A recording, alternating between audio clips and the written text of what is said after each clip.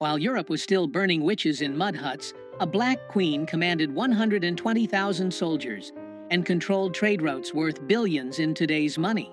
Her name was deliberately erased from your textbooks. She wasn't alone. 5 African queens built empires so powerful that European kings begged for their gold, then rewrote history to pretend they never existed. This is their story. Let's go back, way back. We're talking about a time when the word Europe barely meant anything. When Rome was just getting started and Greece was still figuring out democracy. During these centuries, while tribal villages dotted the European landscape, African queens were already commanding armies of thousands, building architectural marvels, and controlling trade routes that connected 3 continents.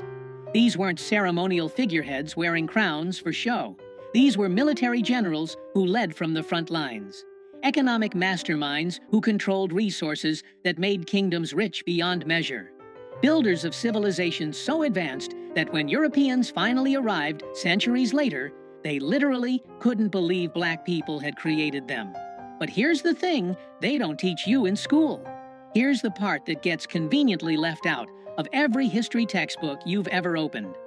European colonizers didn't just conquer Africa. They waged a war on African memory itself. They systematically destroyed libraries, burned ancient texts, melted down golden artifacts, and demolished temples.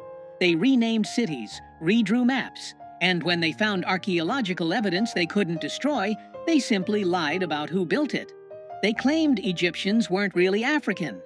They said Nubians were actually more Middle Eastern. They looked at stone cities in Zimbabwe and declared with absolute confidence that Africans couldn't possibly have built something so sophisticated.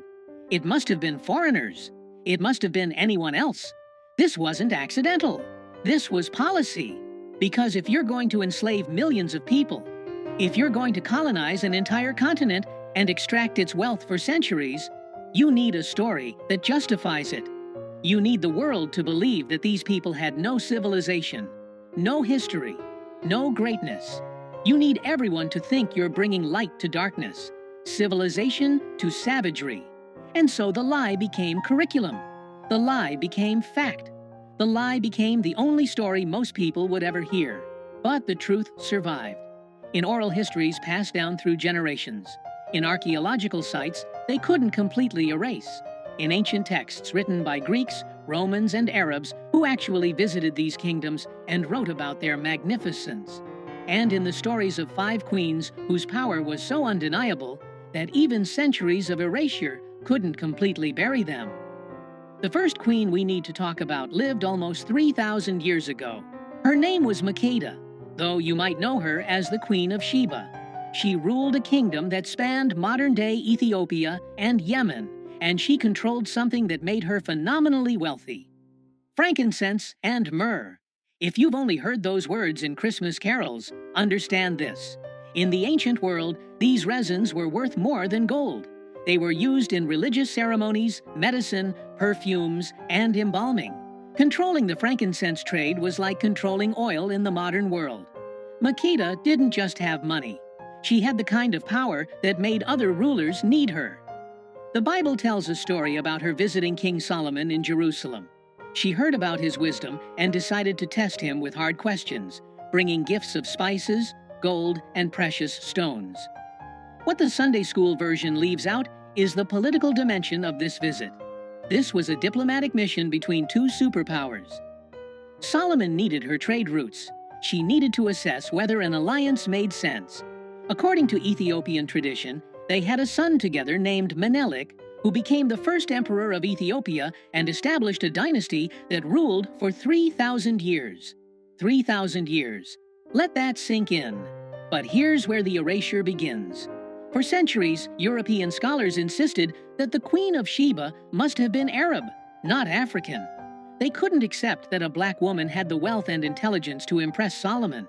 They twisted geography, ignored Ethiopian historical texts, and created elaborate theories to avoid giving credit where it was due.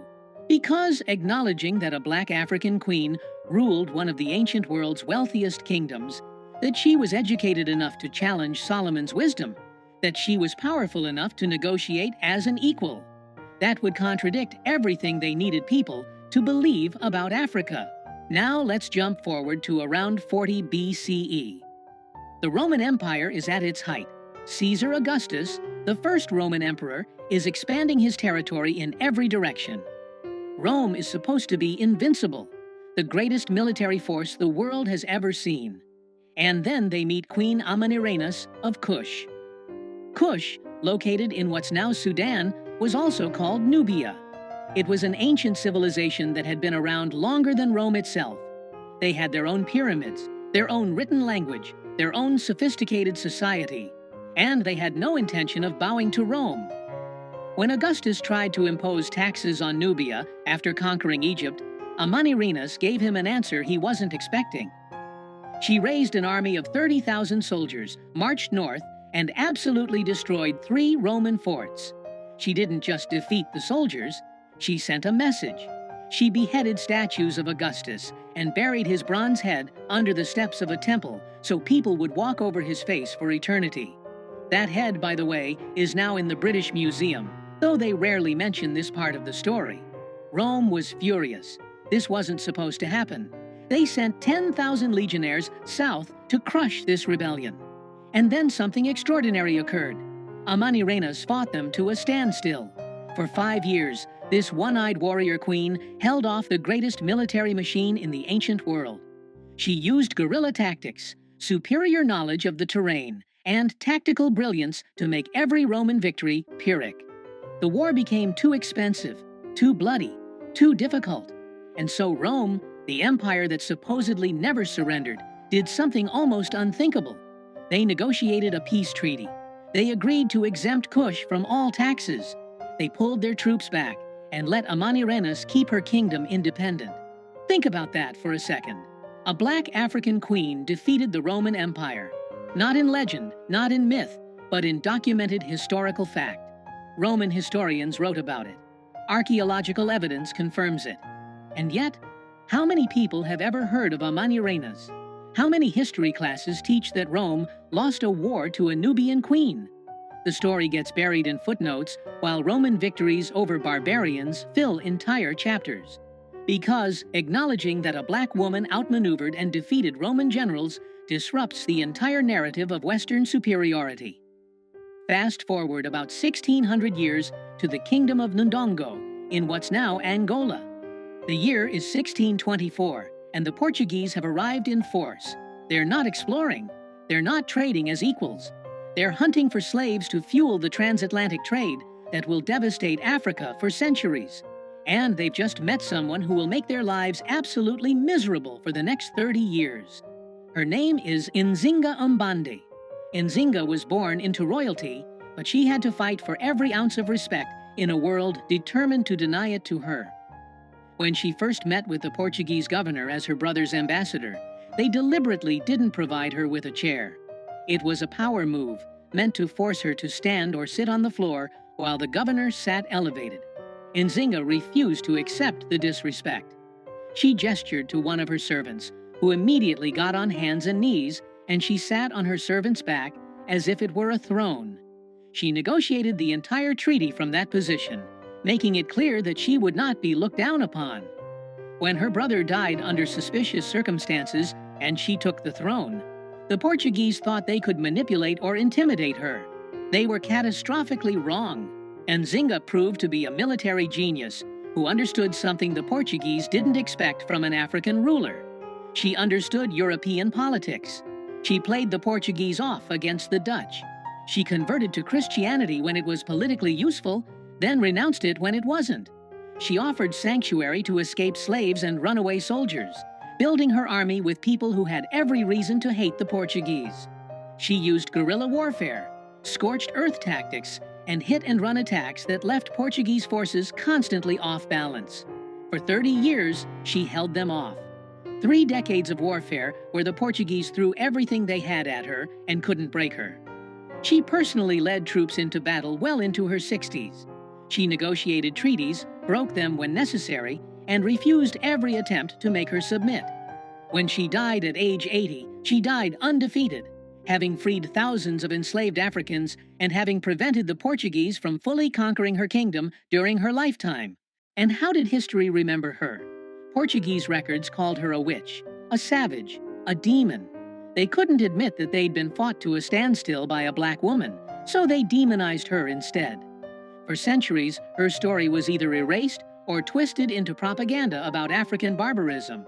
Only recently have historians begun to recognize her for what she actually was, one of the greatest military and political minds of her era, fighting a desperate war against an enemy that wanted to enslave her entire people.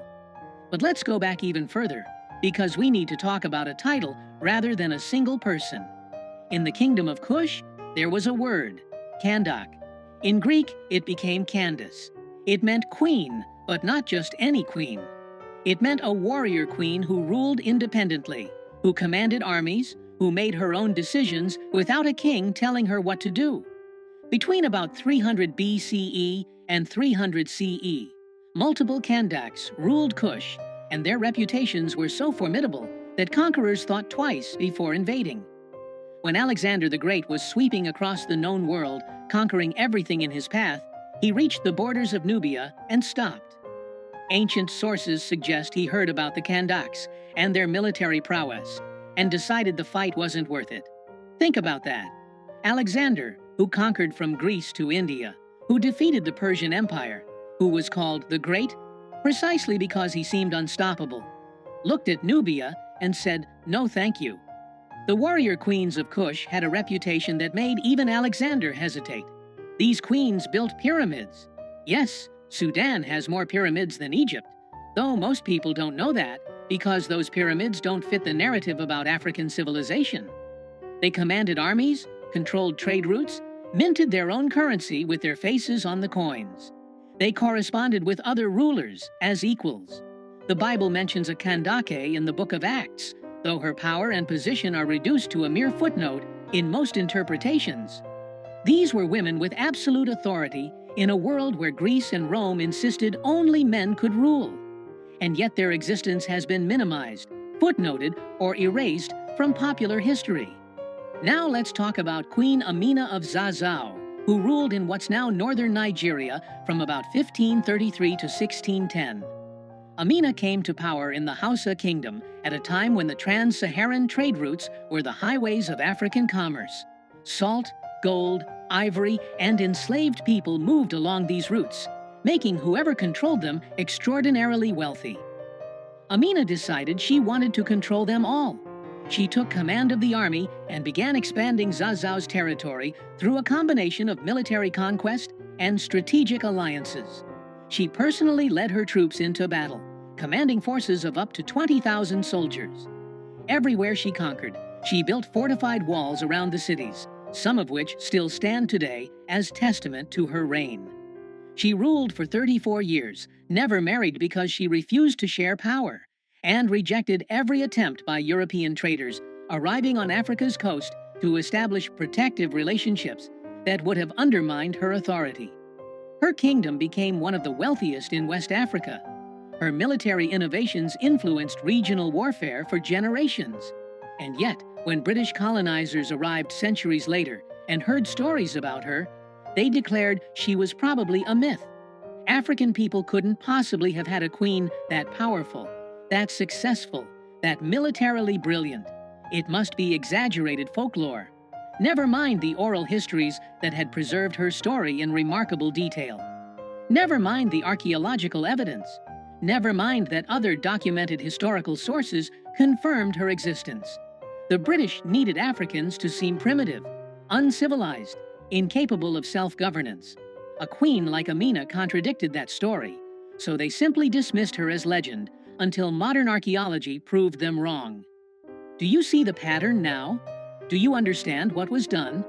It wasn't just about conquering territory, it was about conquering memory. Because if people know their ancestors built empires, ruled kingdoms, defeated Roman legions, and commanded vast wealth, they won't accept being treated as inferior. They'll know their subjugation is a lie. And so the records had to be destroyed. The libraries of Timbuktu, containing hundreds of thousands of manuscripts documenting African history, science, and literature, were burned. The gold artifacts that proved African metallurgical sophistication were melted down. The stone buildings were attributed to anyone except the Africans who actually built them. And the powerful women who ruled were either erased entirely or reduced to footnotes, their power stripped away, their accomplishments minimized. The lie they told was simple. Africa had no civilization before Europe arrived. Africans had no history worth teaching. Black people built nothing, invented nothing, ruled nothing. Everything good in Africa must have come from outside. This lie justified slavery, because how could it be wrong to enslave people who had never achieved anything on their own? This lie justified colonization, because Europeans were supposedly bringing civilization to darkness. This lie justified theft, because the resources of Africa belonged to whoever was sophisticated enough to extract them, and Africans supposedly weren't. But here's the truth they tried to bury. When Europeans finally reached West Africa in the 1400s, they found cities that dazzled them. They found the Mali Empire with a GDP that dwarfed medieval Europe. They found Timbuktu with universities older than Oxford, where scholars studied mathematics, astronomy, law, and medicine. They found Benin with bronze casting so technically advanced that Europeans couldn't figure out how it was done and assumed it must have been imported. They found Great Zimbabwe with stone architecture so sophisticated that colonizers spent decades insisting Phoenicians or Arabs must have built it, because accepting that Africans created it was ideologically impossible. They found Mansa Musa, a black emperor who went on Hajj to Mecca and gave away so much gold along the way that he crashed the Mediterranean economy for years. He was literally too rich for the economic systems of his time to handle. He built libraries, universities, and mosques. He turned Timbuktu into an intellectual center of the Islamic world. And he did all of this while ruling an empire larger than Western Europe. And yes, they found evidence of these 5 queens and dozens more like them. Women who commanded armies, while European women couldn't own property. Women who controlled trade routes, while European women were burned as witches if they were too educated. Women who built dynasties that lasted longer than most European kingdoms existed.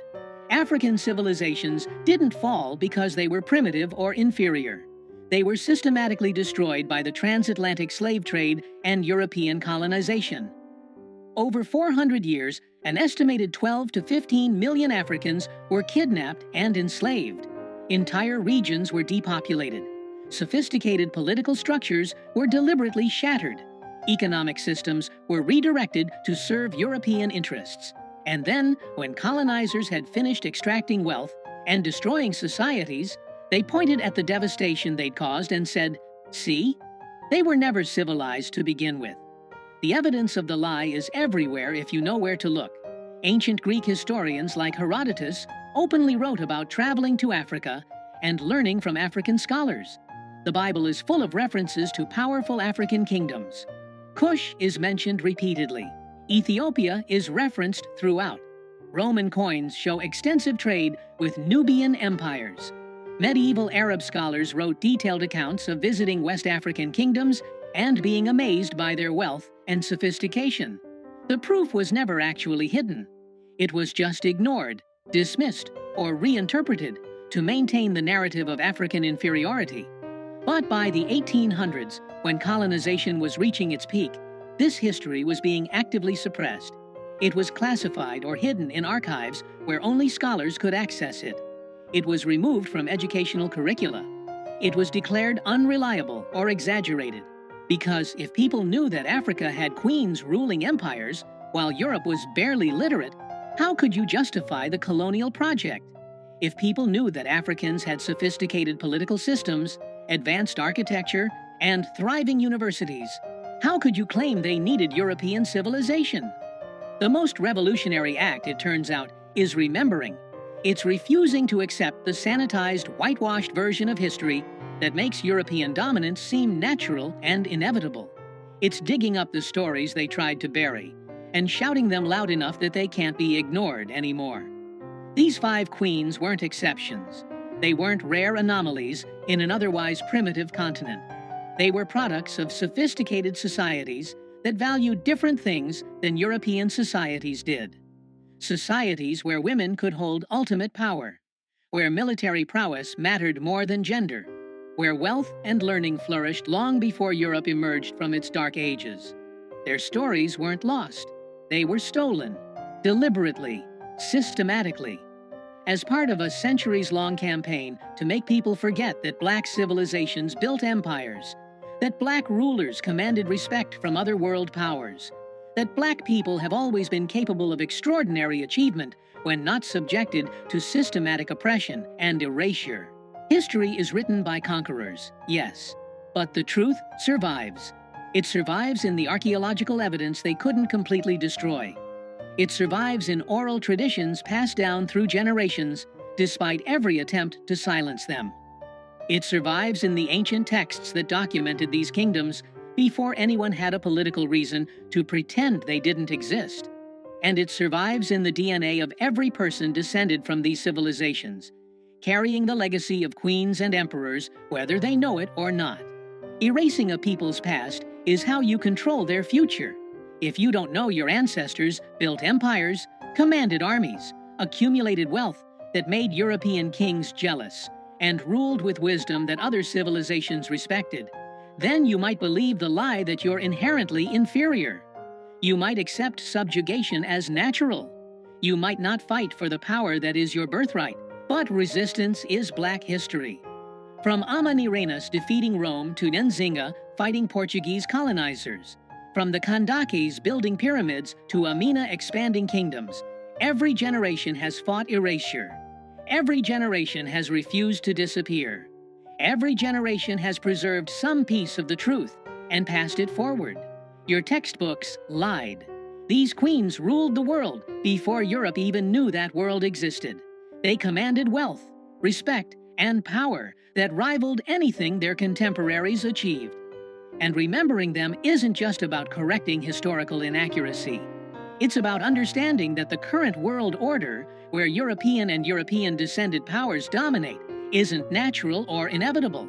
It's the result of specific historical processes of violence, theft, and erasure. It's a construct that can be challenged and changed. Because the most dangerous thing you can do to a system built on lies is tell the truth. The truth that Africa had civilizations when Europe had villages. The truth that black women ruled empires with authority that made men bow. The truth that African achievement was systematically erased to justify centuries of exploitation. The truth that we carry the legacy of queens, remember their names, tell their stories, refuse to let them be forgotten again. Because they didn't fight their wars, build their empires, and rule their kingdoms so that their descendants would believe the lies of their conquerors. They did it so we would know, so we would remember, so we would understand that greatness is our inheritance, no matter how many centuries of propaganda say otherwise.